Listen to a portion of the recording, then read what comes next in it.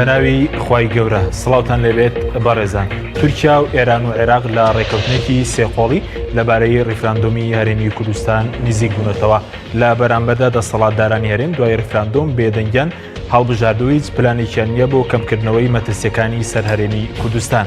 بە میواندارێک لە بەڕێزان لە ئەستۆدیۆی سەرەکی مەلا فەرمان محەممەد ئەندامی جیڤاتی نیشتیمانی بزوتنەوەی گۆڕان هەروە لە هەولێرەوە مەسعود عەبدولخالق سەرۆکی دەستگای ستاندارد بۆ توێژنەوە و ڕاگەیاندن تاوتوی ئەم پرسە دەکەین. سەرەتا ڕاپۆرتێک دەبینین.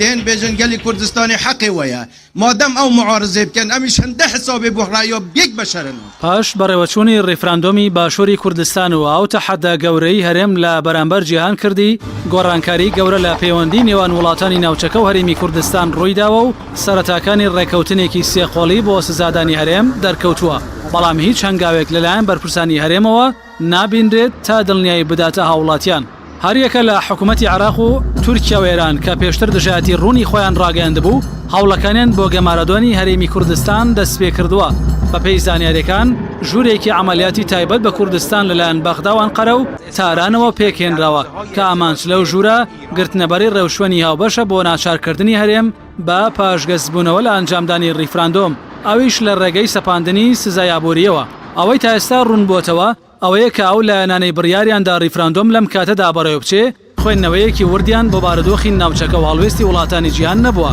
بارزانی لە ماوەی 1 ساڵی ڕابردوودا بەردەوام جەختی لەوە کردوێتەوە ئاگەر وڵاتانی جیهان پشتگیری سەربەخۆی هەرێم نەکەن ئەوە دژایەتیشی ناکەن. بەڕای چاودێرێکی سیاسیش ئەوەی ئێستا ڕوودەدا نیشانەی ئەوەیە بارزانی نەیتوانی و هەڵوێستی وڵاتان بەباشی بخوێنێتەوە. پێشتریش ئەو بارودۆخە سیاسی و ئابووریەی چەندین ساڵە هەرێمی کوردستانی پێدا تێپەڕ دەبێت دەریخست. هێزە باڵەدەستەکانی هەرێم هەنگاوی جدیان بەرەو دروستکردنی دەوڵەت نەناوە. هەر ئەوە شوای کرد بەشێک لە هێزە سیاسیەکان داوای دواخستنی ڕیفراندۆم بۆ کاتێکی گونجاوتر بکەن. دوای ئەوەش خەڵکی باشووری کوردستان دەنگیان بۆ سربەخۆی و هەنگاونان بەرەو دەوڵەتدا کەچی تا ئێستا نازانرێ پلانی بەرپرسانی باڵای هەرێم لا بەرامبەر گەلە کۆمەکیەی دەوڵەتانی دراوسێی دژایەتی و بێلایانی وڵاتانی جیهان چییە؟ بە بۆچوونی چاودێرێکی سیاسی ئاوهێزانەی بڕیاری ڕیفراندۆمیاندا خوێندنەوەیەکی بۆ دۆخی دوای ڕیفراندۆم نەبوو و ئامادەکاریان نەکردووە هەر بۆیە مەترسیەوە هەیە ڕیفراندۆمیش ببێتە کارتێکی سوتاو. با تێڕوانینی هەندێک چاودێری سیاسی تا ماوەیەکی دیکە هیچ لایەنێکی نێودەوڵەتی هەوڵی جدی بۆ نێوەندگیری لە نێوان هەرێم و بەغدان نادا. ئەوەش لە بەرامبەر ڕەتکردنەوەی بەدیلە نێودەوڵەتیەکەی ڕیفراندۆم لەلایەن هەرێمەوە. ئەوەی تا ئێستا پێویستە گەڕانەوەی کوردە بۆ ناوخۆی خۆی، ئەویش بە گۆڕینی ڕەفتار و پێداچوونەوە بە سیاسەتی ڕابردوو کە زیاتر سیاسەتێکی تاکڕەوە نەبووە تا سیاسەتی هەرێم لە بەرامبەر گەمارە و دژایەتیەکانی دەرەوە ڕێک بخرێ. بەڵام پێکهێنانی سەرکردایەتی سیاسی کوردستان داش عێراق جارێکی دیکە بێئومێدی هێنایە ئاراوە و سەلماندی هێزە باڵەدەستەکان نەک هەنگاو بەرەو سەربەخۆی نانێن بەڵکو هەوڵی لاوەزکردنی ڕۆڵی دەستگا شەڕعیەکانی هەرێم دەدەن کاوەش پێچەوانەی بانگەشەکانی دروستکردنی دەوڵەتە. بەڕای چاودێرێکی سیاسی ئەو سیاسەتی ئێستا لە هەرێم پەیڕەو دەکرێت زیاتر بۆنی سازشکردن بۆ هێزەکانی دەرەوەی لێدێ نەک بۆ بەخۆداچوونەوە لە سەراستی ناوخۆ و هەنگاونان بۆ چارەسەرکردنی قەیرانە سیاسی و ئابوووریەکان.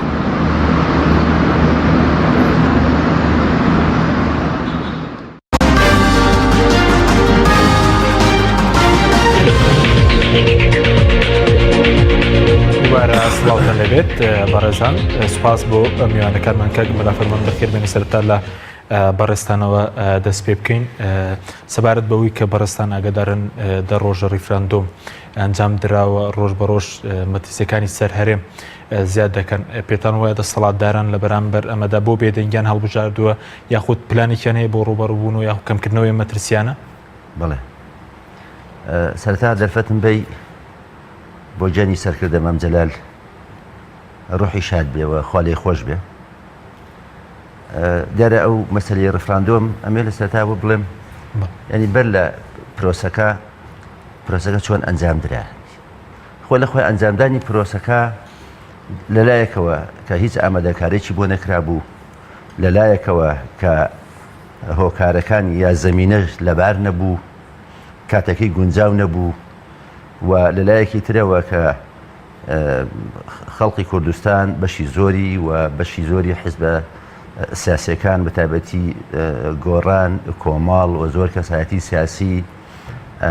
دایان بە جۆی دەسەڵاتی کوردیە، دەسەڵاتی حیزبی کوردیدا، و ئەمە وەختی ئەوەیە نیەت دوای بخن باشە و فرسەتێکی باش هاتە پێشەوە کە وڵاتە زلهێزەکان UN ئەمریکا داوایان کرد کە ئەوان بێن ئەم کێشێ بەرنە لای مەجلیسی ئەمن لای نەتەوە یەکگرتووەکان و بێنە بینەوە لەگەڵ دەوڵەتی عێراق لەگەڵ ناوەندە حکوومەتی ناوەندا ئەمەشیان نەکردێنی ئەمە غەڵەتی گەورەتر بوو لەوەی کە بڕیاری ڕفراندۆ تووشی عینادی سیاسی تووشی عینادی سیاسی بوون ئەم عینادە سیاسیە لە بینی یەک دوو کەسە وای کرد کە بڕیارێکی هەڵە بن بەڕاستی بڕیاری هەڵە نەک ئەم بڕێرە هەڵەیە نەگەوەی کە من پێم وایە ئەو پرۆسەیە بەرەو لە باربوون بردیان بەڵکە ئەبگە ئیسە سەیری ساحەکە بکەنێنی جار یەکەم کەلتورێکە بوو کەلتوری سیاسی لە ئەو حیزبان ئەوەیە تەخوینی خەڵک تەخوینی بەرامبەر ئەمە خۆی کەلتورێکی زۆر خراپ و سەقەتایانی جارێککە لە ناو خەڵکە زندویان کردەوە لەنی هاوردیان ئێستا لە ناو حیزبەکان دەرچوو چۆ ناو خەڵکەوە ئەوەی لەگەڵ بە بەڵێ دەنگ نەدا ئەوەی لەگەڵی نەبێ ئەنی وەک ئەوەیە کە لەگەڵ ڕفراندۆم و سەربەخۆی کوردستان نەبێ لە کاتێکە وەک ئاوێنەی بەر هەتاو ڕوونە یعنی ١٩٩ تاشی کورد لەگەڵ سەربەخۆی دەوڵەتی کوردیە بەڵکە ئەمەشی پێکەمە ینی لەگەڵ ئەوەیە کە سەربەخۆی بوو هەر چوار پارچەی کوردستان ئەی ئەمە جگە لە ئەمە دەرکەوتێکە لە ناو خەڵک لە ناو شەقامی کوردیە و پاشان قسەی خەڵک هاتە دی ینی خەڵک حیزبە گۆڕان کۆمەڵ زانی ئەمان ڕاست دەرچوو چۆن قسەکە تەناتە چی ڕوویداوەکە بەوەی کە یعنی ئەبێ ئیسا کە مێژوو ئەخێنێتەوە بۆ کارێکی وە ئەبێ ڕابردوو بێتەوە بەرچاوی ینی ئەم دەوڵەتانە مەسەرەن هەر لە مؤتەمەنی ئتفاقی سەعەد ئابادەوە تاکو ئتفاقە دوو قۆڵی و سێ قۆڵەکانی بینی وڵاتانی دراسێ و بە پشتیوانی وڵاتانی بێگانە دژ بە کورد ئەمە ئەبێ ئەمە بێنێتەوە بەرچاوی خۆت کە دێتە بەرچاوی خۆت ئەبێ خۆشە ئەوەنە ئامادە کردی بێت تا چەند مقاومەتیەکەی من بۆ خۆم ڕەنگە وڵاتانی دەوروبەر ئەوەنە بەلام و گرنگ نەبێت هەڵوێستەکانیان چۆن دەبێ بەڵام ئەوە نەم بەلاوە گرنگە زۆرم بەلاوە گرنگە یەک ڕێزی ناوخۆت خۆچیت هەیە خۆت چەند ئامادە کردووە خۆت چیت لە بارایە خۆت ئەتوانی بڕارچی بی خۆت ئەتوانی ئەمری واقع فەرزکەی بەڵام کاتی پێویست یعنی لە کاتی گونجاوە ئەمری واقع فەرز بکەیت مەسەن بۆ نمونە ئەبینین ڕابردوو سیرکەین ئەمریکا کاتێک کە تۆ کە شوێنێک بە قسەی نەکردووە دوو حاڵەت هەبووە حاڵەتی ئەوەی کە خۆی تیای بۆ وڵاتە ئەمریکا هاتووە لەگەڵ واقعەکە ڕۆشتووە حاڵەتێکتر هەیە ئەمریکا بە قوڕا بردۆتێ خوارەوە ینی مەسەن بۆ نمونە ئەمە لە کوردستان یەک دوو تەجروبە سیوێشی ئاپ ئەمریکا هێزی سەدام حوسێن هات و چاوپۆشی لێ کرد بۆ ئەمە جۆرێ بوو لەوەی کە بە هێزێکی سیاسی بڵێ واکەی ئاوا لێکین ئێستا نەتیجەکان هێشتا تەنها هین هەیە ینی لێک نزیبوونەوەی سەربازی هەیە و هەندێک لە قسەکردنەوەی هەندێک کۆبنەوە هەیە دەنگۆی ئەوە هەبوو کە حەساری اقتصادی و مەسەلەی نەوت مەسەلەی بنزین ئەمانە فشار بێنن ئەنی تەقریبا خەڵک تووشی دڵڕاوچێ بووە یعنی نازانێت چی بکات ینی سبەی چی ڕوە بەتایبەتی مەسەلەن لە کەرکووکە ئەوە حەویجەیە دوای نازانین چ ڕوە سپاس دەکەم دواتر دەگرم و لای بەڕێزت قسەی زیاتر لەسەر مەترسیەکان دەکەین ئەگەر بچنی هەورێ لای کاک مەسعود کاک مەسعود زۆر سپاس بۆ بەشداریکردن لە بەرنامەکەماندا ئەگەر سەرەتا باس لەوە بکەین ئەمڕۆ دەڕۆژ تێپەڕدەوێت بەسەر ریفراندۆم دوایەوەی کە خەڵکی کوردستان ئەرکی خۆی جێبەجێ کردووە دەنگی بە بەڵێدا پێ دوایە ئێستا دەسەڵاتداران چۆن تەعامل لەگەڵ نەتیجەی ئەم ریفراندۆمە دەکەن ئایا نازانن چی لێ بکەن؟ بەناوی خی گەورە و میهرەبان سپاس بۆ جەنابت و میوانە ئەزیزەکەت من بەو بۆنەی وەفاتی جەناوی مام جەلال کە غیابی ئەو پیاوە عەقڵە گەورانە غیابی کاک نەوشیروان دکتۆر قاسملۆ زیندانی کردنی عەبدوڵڵا ئۆجەلان وەفاتی مەلا مستەفا هەموو ئەوانە یعنی غیابێکە کە ئێستای کوردستان کەوتوتە دەست سەرکردایەتیەک زۆر شارەزانینە کە سەرکردایەتی سیاسی داش عێراق ئەو وەسع بەڕێوە دەبا من دەگەڕێمەوە سەر وەسفی مامجلال لە بۆ دەوڵەتی کوردستان کە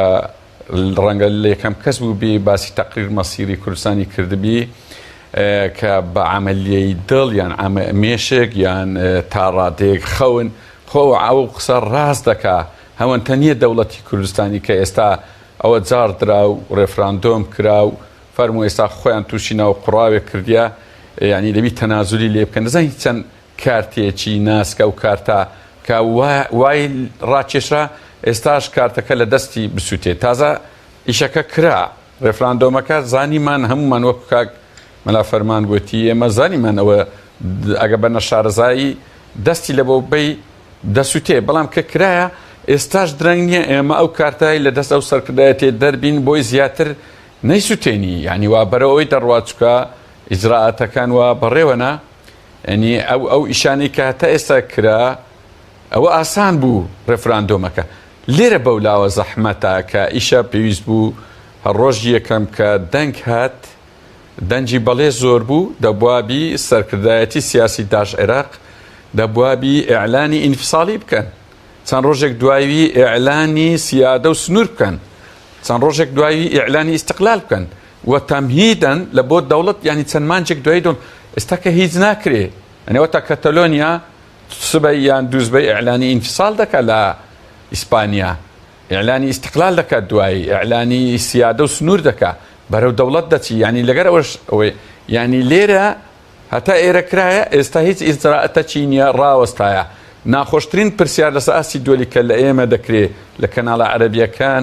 دەرنارە سەرکردایەتی ئێوە چی بێدەستە لە دوایی ڕێفراندۆم خۆشیان نازانن ینی هیچ ئیشەکیان وایانزانانی ئەگەر ڕێفراندۆم کرا تا نەیانزانی ئەوە بچووکترین و کەمترین و ئاسانترین ئیشە هەموو سەرکردەکانی ئەوی ناوم هینان ئێستا وەفاتیان کردیا یان شەهید بووینە ئەو ئیشیان دەزانیە تا ڕێفراندۆم بۆ نەیان کرد خۆهرەوەندە نییە ئیش ئەو ئیشە عیلاقەی بە قانونی دووەلی هەیە عیلاقەی بە موافقەی عێراقی هەیە عیلاقەی بە پێشینەیەک هەیە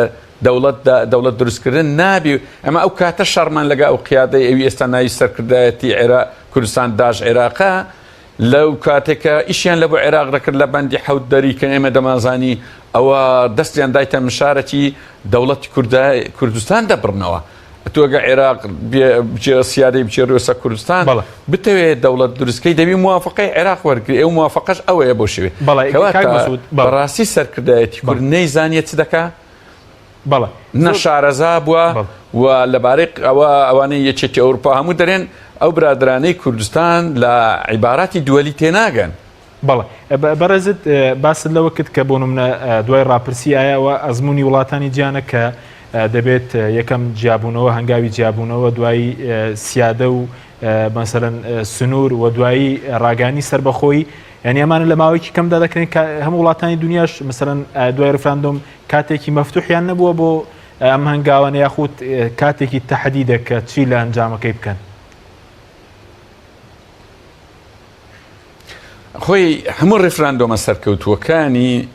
دنیای نوێ یعنی خواروی سوودان دەرێ تەیموری دەرێ کۆسۆڤا دەرێ ئەریتریا دەرێ هەمووی یەکەم جار پشتیوانێکی دووەلیان هەبووە دەبی ئەوە واضح بی ئەجە دوایە قەرارێکی ئومەم متحیدەی هەبووە قەراری مەجلیسی ئەمن ڕقم ئەوەندا ئەجە دوایە ئیتیفاقیەکی هەبووە لەگەر ساحبی سیادا دەوڵەتی داگیرکەر ئەوە سابیتە بەس کۆسۆڤاوانە بۆ ئەویش لەبەرەوەی کۆسۆڤاوانەوە چونکە سربیا لە بەندی حەوت بوو ئەخە لەبەر چێماوەندە باسی بەندی حەوت دەکەین لە میساکونتە لە سەبارەت بە عێراق کە ڕێفراندۆم کرابی هەر شەوەکەی یەکەم کە ئیعلانی نەتیجە کرایە ئیعلانی ئینفساڵیش کرایە ئەی چی دەکەیت و ئەمە دەوڵەت دەوڵەت ماوەی دەوێ هەموو ئەو تەجروبانە ماوەی دەوڵەتی 6 مانگ 7 مانگ هەتا 9 مانگ بووە بەڵام شەوی یەکەم نیازی ئیستیفتا بە دیار دەکەوی لە بۆ ئەو قیادی ئەگە ئیعلانی ئینفساڵی لە وڵاتەی نەکرد بەمەعنا ئەوە هیچی نەکردەوە کەس نازانی یعنی پێی دەگوترێت ڕێفراندۆمی عەبەسی ئێستا لێرە تازە بە تازە لە بۆ من داش عێراقێک هاتوتەوە پێش و وەڵاوەرن مفاوەزات کردن مفاوەزات لەسەر چ دەکەی ڕێفراندۆم ئاخیری مفاوەزاتە کە هیچ نامینێت و هیچ ئیشت بە عێراق نامینێ تازە بە تا تو ئیش بە عێراق بێ و ئەرێ فراکسیۆنمان بستەوە بەغدا و بە دەست پێشخەری فلان مەرجع و فلان ڕئیس ڕازیم دەست پێشخەری چەوە هەموو دەست پێشخەریەکانیان لە ژێر سەقفی دەستورەوە یعنی گەڕانەوەیە لە بۆ عێراق ئەتو دەبی هەنگاوەکان کۆتایی پێهینە بەڕاستی خەڵتل ئەوراقێک دەکات دەسەڵاتی کوردی یان ئەو سەرکردایەتی سیاسی داش عێراقا پێگەی کوردستان زۆر لاواز دەکات وەکو گەل زۆر ناشیریشمان دەکات ڕێزیشمان زۆر ڕۆی لە نێو دەوڵەتی و حتا لە ئەو عێراقە لاوازە ئێمە ڕێزمان لە لای ئەوانیش نەچوو ئێستا ئەوان بە قووەترن ئەمە دەرێن گفتوگۆ و دەرێن ناکەم ئێمە دەرێن دەرگا بکەوە ناکاتەوە ینی وای لێتی ڕزاو تکاک زۆر وەزع چخمان بەڵێ سپاس دەکەیت پێش بەڵ دواتر گرم بۆ لای بەڕێزت کاک ملا فەرمان سەبارەت بە هەنگاوەکانی خوامەدەکاری مەسەرەن بۆ ئەم پرسە بەڕێزوتت کۆمەڵێکشت لە ئاسی نێودوڵەتی بەڕێوەکە ئیتفاقێکی سێ قۆڵی بەڕێوە ئەمڕۆ سەر کۆماری تورکیاش باسی لێ کردووە لە بەرامبەردا دەسەڵاتدارانی هەرێم بۆ پلانێکیان پلانی ئەی و بی و سیان هەیە بۆ ڕوبەڕووبوونەوەی مەترسیانە بۆ قسەکانی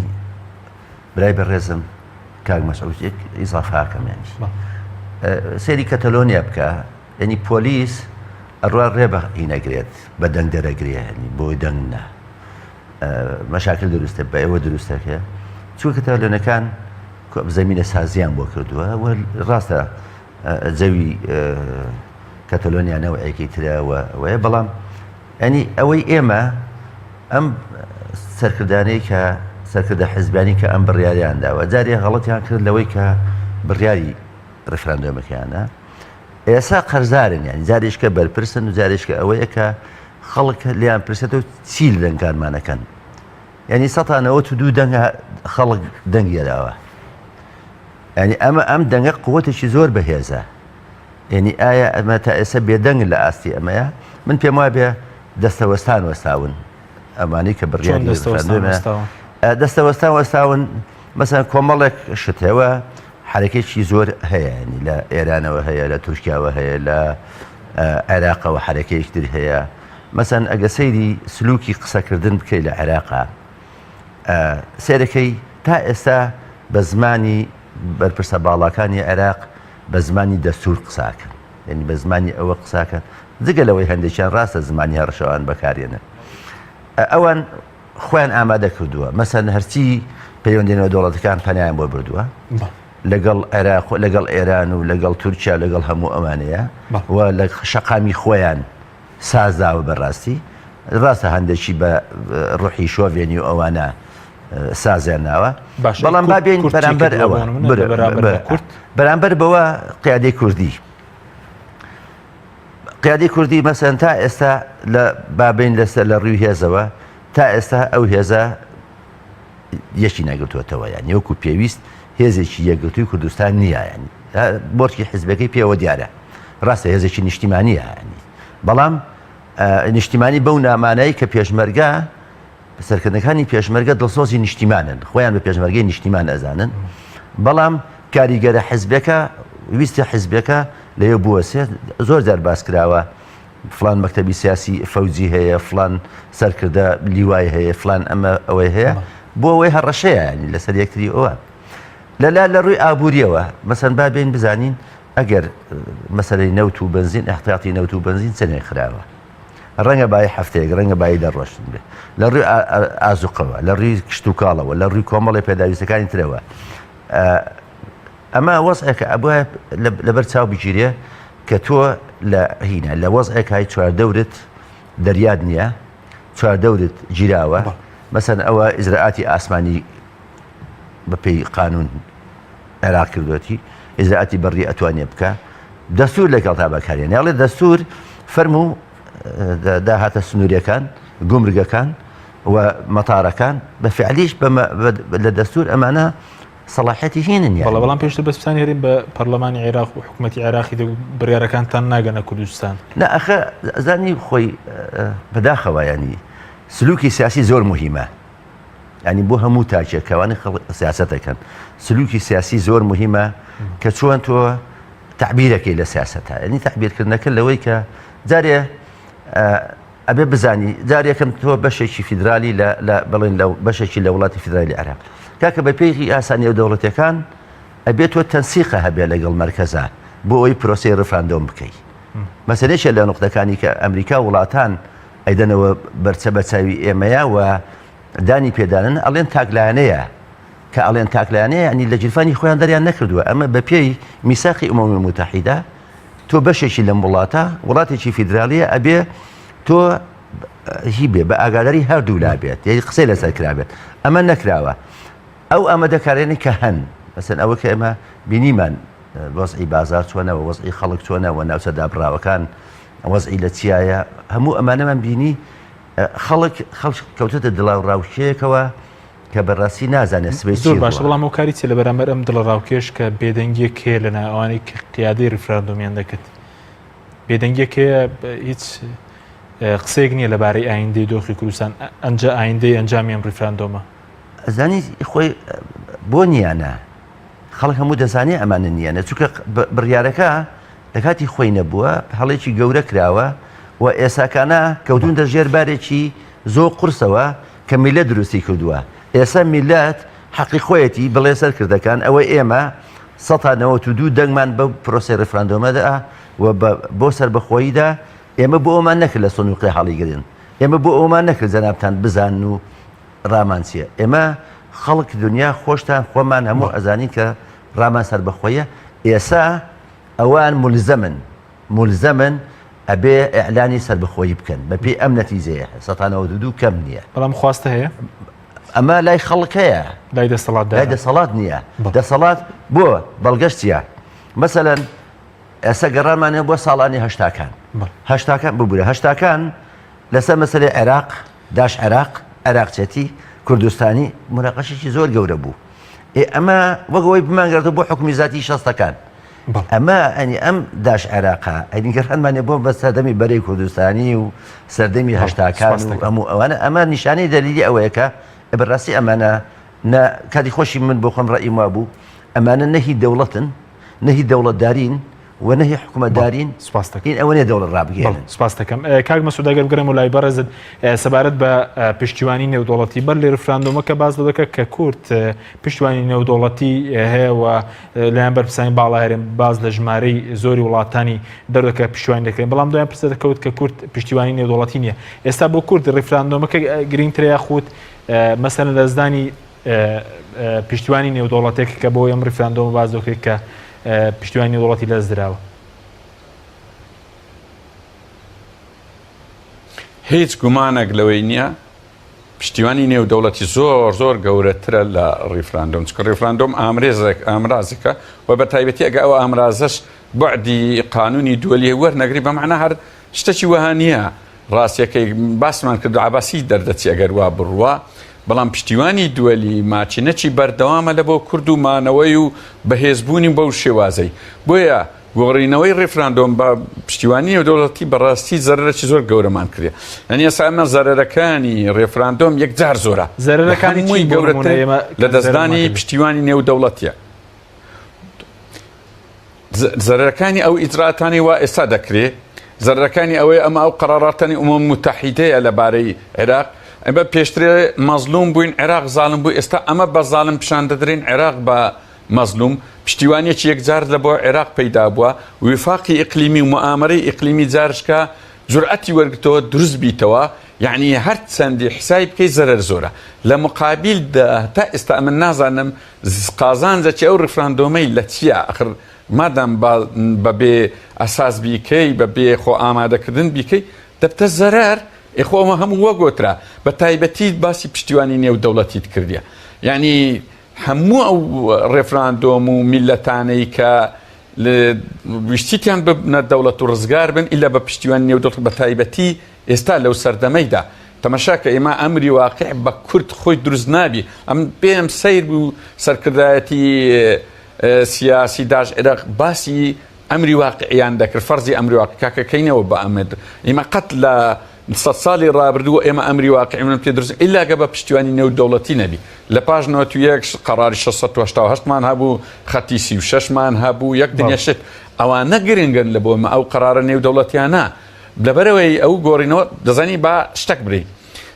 سەرکردایەتی سیاسی داژ عێراق زۆری بەڵێنی گەورەدا لە سەرەتادا پێشتر ئەو میلەتەیان و ئێمەشیان هەموو هەڵخڕەتان وتیان ئێمە لەگە ئۆباما ڕێککەوتوینە لەگە یەکێتی ئەوروپا چل دەوڵەت لە جێک جاروە و باسی 100 دەوڵەت دەکرا جاروە بوو هەممان لە بینەوە دەیانگۆ بەس ئێران ماوە ئەمێ باش ئەگە بەس ئێران مابی معنە هەر دەوڵەتی چکە دەبا ئێران هەر دژمان بی ئەگە بەس ئێران مابی دەوجە دوایە باسی تورکیا بە ناوعک دەکرا ئەو هەموو اتفاقیە و نەودان و یان باسی کۆمپانیایەکان دەکرا کە گوایە ئیمزاکرا لەگەریان ئەوانە دەبنە پاڵپشت بۆ دەوڵەتی کوردستانی لە ڕێگای دەوڵەتەکانیان هیچی ڕاستدەر نەچوو یعنی ئەوانە زۆر یعنی کەواتە یان ئەوە فەرمانگەکانی دەرەوەی هەرێمی کوردستان وێنەیەکی پێچا و پێچی دایتە سەرکردایەتی کورد یان سەرکردایەتی کورد ینی برین هەر کەمەکی لەبارەی عیلاقاتی دووەلی زانیاری نییە ئەگەر ئەوە چ خۆی تووشی چشت قوڕا و چ با بڵین وەکوبری طریق المەسدود کرد ئێستا بەو زانین ئێستا هاتی ئەوانە هەموو کرای و ڕاستڕاوەستای نازانی ئێستا هەنگاوی داهاتوو چی هەنگاوی داهاتوو ئەوە ئەو وڵاتانە هەموو دەزان چ دەکەن بەڵام سەرکردایەتی کوردی جەناب دەرەی بێدەنگە باشەتی چ بڕێ هەرچی گوتیتی ڕاست دەرنەچووە ئەوجە معلوماتی غەڵەت درای تێ معامەریان لێکرایە خدعەیە چونکە لە شەرق الئەوسەد ڕاستی زۆر جار هەیە خدعە لەو قیادە فەقیر حاڵانە دەکەن کە زۆر معلوماتیان لەبارەی شەرق الئەوسەد و جیهانیە ڕەنگە پاڕەچیان پێوە نابن وەرە لە عێراق ئەوە لەگە شیعە هاوپەیمانی مەکە لەگە فلان جیهەت هاوپەیمانی مەکە تەرجیعەتیان کردبی دوایەکە کە دێتە سەر عیلاقاتی دووەلی دەگاتە ئاسک دەروڵەمە عیلاقەمان نییە بەڵێ بەڵام پێشتر بەرپرسانی هەرێم پێش ڕفراندۆمەکە باسییان لەوە کرد کە وڵاتانی جیهانیش تعامل لەگەڵ ئەمری واقع دەکەن ئێستا ئێمە دەتوانین ئەم ئەمری واقع بۆ سربەخۆی بچەسپێن بەتابەتەوەی کە برێمەر بە نمونە دێنراوە کە دژی فێدراڵی بووە کە کورد وەکو ئەمری واقع توانیوێتی بیسەپێنێ دوای ڕفراندۆمیش ناتوانرێت ئەمە بکرێت ئەم ئەمری واقع و پشگیری نێوەڵتیش دواتر بەدەستبێنرێت خۆی ئەو بەراوردانە لە عیلمی منطق پێی دەگوترێت ئایزۆمۆرفیزم ئەو بەراوردانە زۆر هەڵە بوو ئەوی جێم لە سەرکردایەتی سیاسی داش عێراق دەبوو کە باسییان دەکرد باسی ئەمری واقعیان دەکرد لە فیدرالیکا کە فیدرالی ناوەخۆی عێراقە حکمی ذاتی ناوەخۆی عێراقە لا مەرکەز ئەوە پرسی ڕێفراندۆم پرسی دووەلی و سیادە و میساقی ئومەم متحیدەیە مادەی 74 مادەی 5 ئەقالیمە ئەوجە دوایی کاکەکەینێ برێمەر دژی فیدرالی بوو ئەمریکا ئەوە هەموو لە بیرمانە هەموو وەسایەکانیشمانە ئەوان عیلاقیان بۆی نەبوو تەجارێک بەڕێز مام جەلال و بەڕێز کاک مەسعود کە چوونە ئەمریکا هاتنەوە لێیان پرسین گوتیان لەبارەی فیدرالی چ دەرێن هێشتا لەسەر گوتیان ئەمریکا گوتی ئێمە خۆمان وڵاتێکی فیدرالین چۆن دژی فیدرالین ئێمە خۆتان ڕێکەون لەگە معارەزە چیتان پێ باش بەس ئەمریکا مساهەمەکی زۆری هەبوو کە لە معارەزەی سنی بە تایبەتی معارەزەی عەرەبی کە ڕازی بوو بە فیدرالی پۆل برێمەری چی هیچ کەس دژی فیدرالی نەبووە بەڕاستی ئەو بەراوردانەی گوێم لێ دەبوو لەلایەن سەرکردایەتی و ئەو کاتی بەڕاستی هەمی هەڵە بوو یعنی نازم تێنەگەیشتنەشی زۆر مەترسی دار هەیە لە عیلاقاتی دووەلی لەلایەن سەرکردایەتی سیاسی داش عێراق ئەو ئەگە چارەسەر نەکرێ بەڕاستی کوردستان هەتا ئێرە تووشی هەڵدێرکرایە تووشی هەڵدێری زۆر گەورەتریش دەکرێت بەڵێ سپاس دەکەم بەڵێ بینێرانی بەڕێز ناوبڕێژ کورتمانە بێ ناوبڕەکە لەگرینەوە بەرنامەی ئەمڕۆ با سپۆنسەری کۆمپانیای ئەسێ بۆ بازرگانی مۆبایل شیری ئەڵتونسا.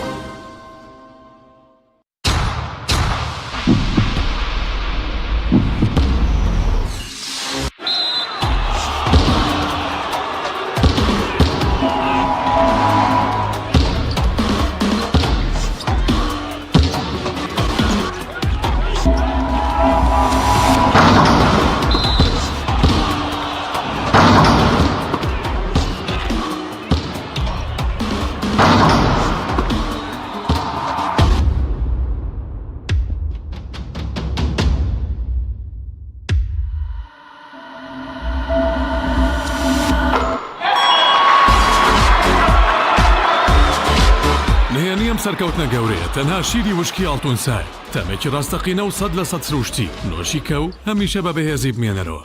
نوێترین ئۆفەر لە کۆمپانیای ئەسێەوە ئێستا مۆبایلی زیرەکی ئەسێ Q5S 4G LTE کە بە فینگرپرینت کار دەکات بە قستی مانگانەی تەنها 59,000 پێشەکی و مانگی تەنها 14,000 دینار. نوێترین مۆبایلی زیرەک و پێشکەوت و بە نزمترین نرخ بۆ تۆی خۆشەویست. ئەسێ Q5S 4G LTE. کۆمپانیای بەیزا لە پێنە و بەرەنگاربوونەوەی قەیرانی دارایی و پێشکەشکردنی باشترین ئامێری کارەبایەتی نۆماڵ، کۆمپانیای بەیزا بووە بریکاری گشتی کۆمپانیای زەمگی ئیتالی. هەروەها فرۆشتنی بەرهەمەکانی باقیستی هەژدەمانگ بە هاوڵاتیان، سەلاجە و مجەمیدە، هەموو جۆرەکانی سپلێت، تەلەڤیزیۆن و تەباخ و مڕەشەح، فرن و مایکرۆ، گسکی کارەبایی، غەسالەی جلشتن و قاپشتن. بەیزا مامی هاوڵاتیان. سنتەری گوڵهنگ بۆ جادەرمانی سروشتی بۆ لە شولارێکی ڕێک و تەندروست هەڵدەستێت بە دابینکردنی کۆمەڵێت چای جادەرمان لەوانە چاینانە بەسوودە بۆ ڕیخۆڵە و گەدە و نەهێشتنی غازات مێشک و سوور خوێن چالاک دەکات لە دڵتێک هەڵچوون دەتپارێزێت بە تایبەت بۆ ئافرەتانی دووجان چای زەنجەفیل و لیمۆ هەنجوین بەرگری لەش بەهێز دەکات و بەسوودە بۆ هەڵامات شەشی لەشکەم دەکات و لاشت پاک دەکاتەوە لە مادەی ژەهراوی بەسوودە بە ئەوکردنی قوڕگ و فرێدانی بەڵغەم چای سەوزە جینگۆ کۆلسترۆل دادەبەزێنێ بەسوودە بۆ دابەزانی پەستانی خوێن و ڕێگرە لە زەهایمان چای جیسینگ بە چای دژە پیری ناستراوە توانای سێکسیت بەهێز دەکات و ساڵاک بەشی جگەر و دڵ و مێشک و گورچی لەیە چای گوڵە حاجیلە دژی هەوکردن و گرژبوونی ماسوولکەیە تادا دەبەزێنێت و ئازار کەم دەکاتەوە هەروەها بەسوودە بۆ ئازاری سووری مانگانە.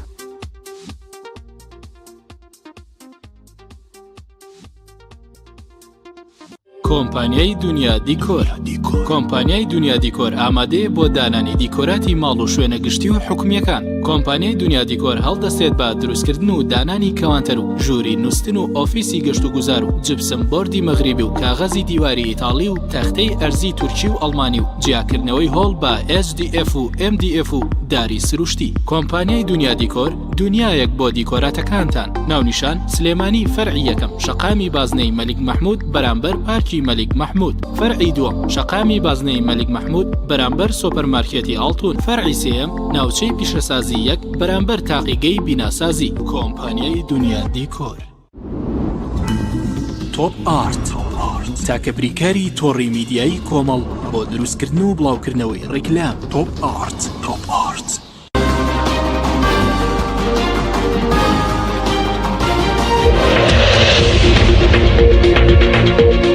دووبارە سڵاوتان لەبێت بەڕێزان کەکمە لە فەرمانگەر بگرم و لای بەڕێز پێشتر باس لەوە کرد کە لە دەوروبەرمان لە وڵاتانی هەرێمایەتی لێک نزیک بوونەوە هەیە بەڵام بۆچی لە ناوخۆی کوردستان بۆ نمونە لە ناوان هێزە سیاسەکان کە بارودۆخی ئاڵۆس هەیە سەرڕای ئەم لێک نزیکبوونی دەرەکی لە ناوخۆ نییە بۆچی بەڕێز وتت بەهێزکردنی بەرەی ناوخۆی زۆر گرینگە بۆم خۆناوە. بەتەکید ینی عاملی یەکەم عاملی داخلیە ینی کە عاملی داخلی بەهێز بوو دەتوانی بەرگی زۆر شتەکان بگری. من بەر لەوە کەمێ ڕابردوو بێنمەوە یادی خەڵک ئەوەیە کە مەسەن لە 2003ەوە ئەگە سێری تەواوی کۆبوونەوەکان بکەی لە دانانی دەستورەوە لە دەنگدانەوە کۆبوونەوەکانی بینی ئەم حیزبانەی دەسەڵاتی حیزبی لە کوردستانە لەگەڵ دەسەڵاتی شیعە لە بەغا و دەسەڵاتی سونە و هەموو ئەمانە ئەبینی ینی هەموو کۆبوونەوەکان لای ئەمان ئیجابی بووە بە ئیجابی باسییان کردو بۆ خەڵک و ئەو هەموو کوشت و کوشتارەی لە بینی شەڕی تائیفێ لە بینی شیعە و سونەیە بووە ڕۆژە لە ڕۆژان نەیانوت بە ئەمریکا بە ئەوروپا بە یەشە لە وڵاتانە بڵێن کاکە ئێمەی کورد ناتوانین لەگەڵ ئەمە بژین ئەمە ئەوە تا شەڕی مەزهبیەکەن یەک ئەکوژن و شەڕی ناوخۆیە و هەموو ئەمانە ئەکەن ئێمە تاوانمان چێوەکو کورد ئەوان مەشاکلی ئاینیان هەیە لە کوردانیە کەلتورێکی تریان هەیە ئێمە کەلتورێکی ترمان هەیە تا وردە وردە قەنەعەتیان پێ بکەی کە یەکپارچەیی عێراق مانەوەی عێراق بەو شێوەیە کە زیان بە ئەمنی ناوچەکە ئەگەیەنێ و زیان بە بەرژەوەندەکانی ئەوروپا ئەگەیەنێ و زیان بە خەڵکی کوردستان ئەگەیەنێ و زیان بە پێکەوەژیان زیان بە پێکەوەژیان ئەگەێنێ ئەمە نەکراوە پێچەوانە کار کراوە تۆ سێری عێراقکە عێراق مەسەلەن ڕێک بە پێچوانێ ئەمە ئیشی کردووە لە عێراقا پەنابن بۆ پەرلەمان لە کوردستان پەرلەمان داخراوە لە عێراقا پەنابن بۆ محکەمە ئیتحادی لێرە ئەمە نییە لە عێراقا پەنا بە زمانێکی نەرمتر قساکەن ئێمە بە زمانی هەڕەشە قساکەین جگە لەوە عێراق توانی مەسەلەن قەنەعەت بە ئیمکات قەنەعەت بە ئەوروپا و بە ئەمریکا و ئەوانە بکات پارچە بەرزەبوونی خاقی عێراق خاشی عێراق یەک بەرژەوەندی ئێوەکەوێتە خەتەرەوە منطقەکە هەمووی ئەبێ بە ئاشاوە شەڕ دروستە بێ و ژیان نامێنێ لەم باشەوە کاری چێکە عێراق توانیوێتی وڵاتان لەسەر ئەمە ڕازی بکات کە ئێستا هەمویان لەگەڵێک پارتی عێراق کورد ئەمە نەیتوانێمە بیکات ئەمە عێراق وەکو دەوڵەت بیرەکاتەوە یعنی عێراق دەوڵەتداری بیرەکاتەوە مەسەن وەکو ئەوەی کە ئێستا باشتر خەڵک باش ئەزانیە عێراق بۆ ئەتوانێت معاشی 14 محافەزە بە ئەی بۆ کوردستان ناتوانێت بیکە نەوتی باشتر لە بەردەستە ئیمکانەتی باشتری بەدەستە هەموو شتەکان لە بەردەستی خۆیەتی ئەوان دەوڵەتداریەکەن ینی لە بەغایە خۆتەزار لە بەغایە کەلتورێکی پێڵن کەلتوری دەوڵەتداری ئەمە تاریخە کورد لەمەیە جگە لەوەی کە کەلتورێکی تازەی هەیە تاریخیش تازەیە ویستیش نییە ینی ئەوەنەی کە ویست بۆ بنەماڵە و ویست بۆ قیادەی حیزبی و ویست بۆ دەسەڵاتی حیزبی و دەسەڵاتی تاکەیە ویست بۆ دەسەڵاتی دەوڵەت و دەوڵەتداری و حکوومەت و حکوومەتداری نییە چکە ئەبینین ینی ئێستا سیستەمی حکومڕانی لە کوردستانە لە خەتەرترین حاڵەتدایە کەسی عیلاجی ناکەن دوای ڕفراندۆمیش دێمەوە سەر ئینەکەیتر دوای ڕفراندۆمیش کاتێمانە هەموو دەرکەوت سیرەکەی پەنا ئەبن بۆ دروستکردنی ئەنجومەنێکی سیاسی بۆ ئەنجومەنێکی سیاسی کە هەندێک لە حیزبە ئەساسیەکانی ئەم وڵاتی ئەم هەرێمی ئەمەی پشتگوێ خراوە و ڕێی زۆر خەڵکە لە کاتێکە ئەم ئەنجومەنە سیاسیە شتێک دێنێتە پێیان کە کاتی خۆی قیادەی سەورەی عێراقی ینی سەداهینی حکومی بەعەس ئەمەی کردووە ئەمە سەردەمی بەسەر چووە ینی ئەمڕۆ سەردەمی مؤسسات هاتووە بە پەرلەم لە جێتی ئەوەی ئەمە دوای ڕفراندۆم لێدانێک کە لە بنەماکانی بەرەو دەوڵەت بوون ئەم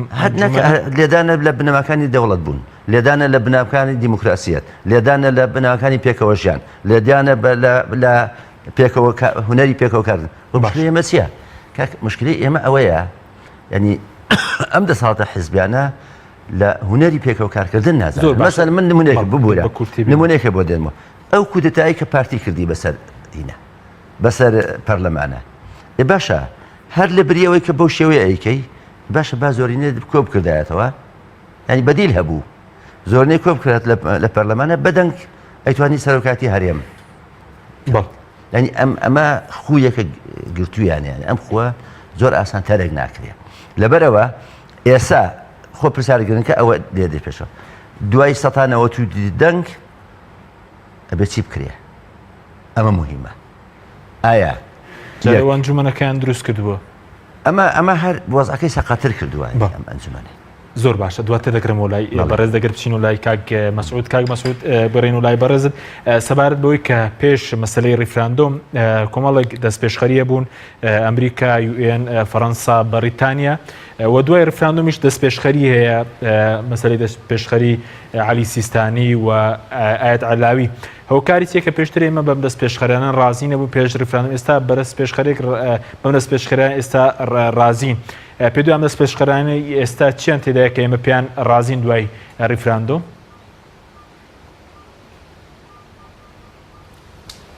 هەر وەڵامی ئەو پرسیارە لەگەر بەشێک لە پرسیاری ڕابردوو کە مەجال نەبوو وەڵامی دێنەوە لەبارەی فەرزکردی ئەبنیوەکە خۆی ئەو مەفاهیمانەی لە مێشتی سەرکردایەتی ئێمەدان زۆری ئیسەدەی بیستەم و سەردەمی جەنجی سارد و مخابراتە ئێستا جیهان زۆر گۆڕا جیهان سەردەمی تینگتانک و جیهانی عیلاقاتەکی نوێیە هیچ ئەمری واقعێک ئێستا بێ پشتیوانی دەولی فەرز نەکراوە هیچ کەس نەیتوانیە یعنی ئەوتە نۆریەگە لە سجن مرد ئەو عومەر بەشیر تەحەدای کرد ئەمری قەبزی هەیە ئەو تا وڵاتانی تر سربیات لیدرا تامیل تێکشکە ئەوە نییە ئەوها نییە خەڵک بتوانی بە ئەمری واقع فەرزکە ئەگەوە دەوڵەتە گەورەکان دەتوان ڕەنگە رووسیا و لە بۆ قڕم تا ڕادەیەک بەڵام ئەوتە تورکیا ئەمری واقعی قوبرسی هەتا ئێستا پێجێبەجێ نەکرا و تعاملی لەگە نەکرا زۆر بە هەڵە باسی ئەو مەوزوعانە دەکرێت ئەجل لە دوای ئەوەش یعنی ئەوەی کاک مەلا فەرمان گوتی یعنی جاروێ قیادە خۆ عینات بی باشە هەندێک جارەیە زۆر باش چکە گەر قیادەش ئەوەی بفرۆشی لەوەی تەنازل بکەی ئەوەش باش نییە بەڵام عینادی لەسەر سەوابیتی وەتەنی و لەسەر ئەساسەکی معلوماتی دقیق تو ئەو هەموو دەستپێشخەریەی ئەمریکا و یەکێتی ئەوروپا و ئومەم متحیدە هاتە پێش کە زۆر باش بوو ئێمە لە ژێر سای ئەوانە گفتوگۆ لەگەر بەغدا بکەین ئێستا کە ئەوانە ڕۆیشتن کشانەوە بە دەستپێشخەری مەرجعی سیستانی و علاوی و ئەوانە ڕازی بین ئەوانە لەژێر سەقفی دەستورە ئەوانە ئیلغای ئیستیفتای تێدایە بەڕاستی با دەبی قسەی زۆر گرنگ هەیە بیکەین ئێستا سەرکردایەتی کورد ڕاستی ئەگەر ئەمن باسیەوەی دەکەم ئەگەر دڵسۆزن لە بۆ نیشتیمان ئەوە هەتا ئێریان هینا لەبەر ئەوەی مجتەمەعی دووەلی تعامل لەگەڵ سەرکردایەتی ئێستانەکەن لە بەیانەکان زۆر وازی هەموو خەڵک دەبی ئەوەی بزانی کە ئەمریکا دەرێ شعبی کوردی دۆستی دێرینە تا باز درا لە ساو قیادەی بەمانامە تعامل لەگەڵ قیادەی ناکەین ئەگە قیادەتی نوێ هەڵدەبژێرن ئەمە تعامل خۆ زۆر باشە کوردستان وەکو خۆشتان لە باسەکەی گوتن ئێستا بە تەفاهومێکی جوان ئەو قیادێک ناویلێنرایە سەرکردایەتی سیاسی داش عێراق هەقوێت بەزبی سەرکردایەتیەکی نوێ بچکە ئەو سەرکردایەتیە فەرزیان لەسەر کردیا لە بۆ هەر مفاوەزات و گفتوگویەک ئیلە دەبی ئیلغای ئەو ڕیفراندۆمە بکەن ئێوەش زۆر قورسە بۆ ئیلغای بکەین تازە مادەمەکرایە لەبەرەوەی وا باشە سەرکردایەتیەکی نوێ پێک بێ لە دەرەوەی ئەوانە بە دێزاینێکی نوێ وەبی ئەو شەرتەی بەسەردا فەرز نەکەن ئەو کاتی عێراقیش ناتوانانی برێ من مفاوەزات لەگە ناکەم و مجتمعی دووەلی ئەوروپا ئەمریکا هەموو لایەک تعامل لەگەڵ قیادە سیاسی وە کوردستان لەو هەڵدێرە ڕزگار دەکەن کەواتە یعنی چارەسەریەک نما ئێستا بەدیلێک لەو جمودەی ئێستاییان ئەوتە دەبی ڕازی بین سەری ئێمە و کوتک و قامچی دەوڵەتانی دەوروبەرمان و جیهانیش تەمەشا دەکا لە بۆ تەعدیب یان ئەوتە دەبی ئەو قیادە بگۆڕدرێ بە قیادەکی نوێ جودا لەوانە یعنی خۆمە نارین ئەو قیادانە محاسەبە بکردنەوەکرد نا ئەمە ڕەمزی وەتەنیشیان دەدەینێت کە ئاتە ئێریان هینە بەڵام جە بستنە خەلفە الکەوالی بستن دانیشن لە شوێنێک هەتا ئەو قیادە نوێ ئەو وەزعانە چارەسەر دەکەن و کوردستان لەو مەزەقە ڕزگار دەکەن بەڵێ زۆر باشە کەواتە بە بۆ چوونی ئێوە ئێستا و حیزبانەی کە پێشتر قیادەی ریفراندۆم وە ئەنجومە بڵین سەرکردایەتی سیاسی کوردستانداش عێراقیان پێکەنەوە پێویستە گۆڕانکاریان تێدا بکرێت لە پێناو مافی گەلی کوردستانەوەی کە بەرەزوتت ئەمریکا دەڵێت تعامل لەگەڵ گەلی کوردستان دەکەن وڵاتانی تر دەڵێن سزا بۆ گەلی کوردستانیە تعامل لەگەڵ سەرکردایەتی ناکەن ئەو زۆر وازحە ئەنی ئەو نوع عقوباتانێ کە ئێستا لە ئارادا لە دشت بە کوردستان ناوی پێی دەگوترێ عقوبات ذەکیە ئەوان دەرێن نابی هەموو شمولی هەموو کوردستان وکە تەنها عقوباتی ئەو سەرکردانە طبعا حتا عێراق بەنیازە ئەوانە بداتە دادگەر طبعا ئەوە بە هیچ نوعەک ئەمە کەس لە کوردستان ئەوانە قبول ناکەین ئێمە سەرکردایەتیانی ئێمە ئەگە غەڵەتیان کردبی ئەگە زوڵمیان لە ئێمە کرد هەرچیان کردبی بەس بە هیچ نوع قبولی ئەوی ناکەین بدرێنە دادگاەوە ئەو بە هیچ نوعەک بەڵام لە پێناو ڕزگارکردنی ئەو بارە و ئێمە ئێستا وەزعمان وابی وەکوبری لەرجا و تکابین پێش بۆی ناکە ئەو قیادانە ئێستا بگۆڕدرێن بچنەوە پاش بڕک چۆن ئێستا بێدەنگن بەڕاستی بێدەنگ بن و لە شوێنێکی تر بن قیادەتی نوێ هەڵبژێردرێن لەبەرەوەی ئێستا عێراق لە وەزعێکی زۆر بەقووەتدایە بەڵێ زۆر باشە کاتمان کەماوەنی خولک بۆ بەڕێزت پێ دوایە چارەنووسی کوردستان چی لێ دەوە چی بکرێت کە بەرەزوتت ئەم کارتی ریفراندۆمە نەسووتێ زۆر بە کوردی بێ سپاس دەکەین خۆی ئەگەر ئەو سەرکردایەتی ئێمە هەروە بمینێ و برێ هەر دەمینێ ئیلە دەبی ڕازی بی بۆی بستەوە ناو وەزعی جاران ئیلغای ئەو ڕاپرسیە بکە ئەو ریفراندۆمە بکە و بە فیدرالیەکی ڕازی بی لە جاران زۆر کورتتر فیدرالیەکی مقیت بەدەستور ئەوەش زۆر زەرەرێکی گەورە دەکەین وێ هیچ چارە و بەدیلێک لەو تەمەینێ دەبی قیادەتی سیاسی جیان نوێ تازە پەیدا بکەین و ئەو تعامل لەگەر عێراق و دەوروبەر و جیهان بکە بەڵێ سوپاس دەکەین کاک مەلەفەرمی خولەکیش بۆ بەڕێز چی بکرێت بۆ کەمکردنەوەی خولەک من پێم وایە ڕێگە چارەکان چین من پێم وایە سێ ڕێگە لە بەردەم کوردایە یەک ڕێگە ئەوەیە کە لەگەڵ عێراقا جارێک کە ڕێکەوێتەوە پێی دەستور کارەکانی خۆی بکات دوو یا بێ سەر بەخۆی ڕابگەێنێ کە ئەم دەسەڵاتە بهین ئەوە نیە سەر بەخۆی ڕابگەێنێ بەڕاستی ئەو کە سەر بەخۆی ڕابگەێنێ ئەبێ بزانێت نەتایجەکانی چیەوە لەگەڵ دەوڵاتان سێ باشترین ڕێگە ئەوەیە ئەوەی کاک مەسعود باسی کرد کە ئەم سەرکردایەتێ بگۆڕێ ئەم سەرکردایەت بۆ ئاسایی ناگۆڕێ لەژێر چاودێری UN لەژێر چاودێری ئەمریکایە هەڵبژاردنێ بکرێ و لەوەیە خەڵقی کوردستان بەڕاستی ئەوانەی کە بەرپرسیارن بەرامبەر بە وەزع کارتێکی سووریان باتێ و دەنجیان پێنا بۆی بزانێت لەوێ دەسەپاس سپاس بۆ بەڕێز مەلافەرمان محەممەد ئەندامی جیباتی نیشتمانی سنووری گۆڕانکەرە سووری سەرەکی لەگەڵمان هێرەوە بەڕێز مەسعود عەبدولخالق سەرۆکی دەستگای ستاندار بۆ توێژینەوە ڕاگەیاندن کە لە هەولێرەوە لەگەڵمان بوو سپاس بۆ بینێرانی بەڕێز سپاس بۆ هاوکارانم تا بەرنامەیەکی تر خواتان لەگەڵ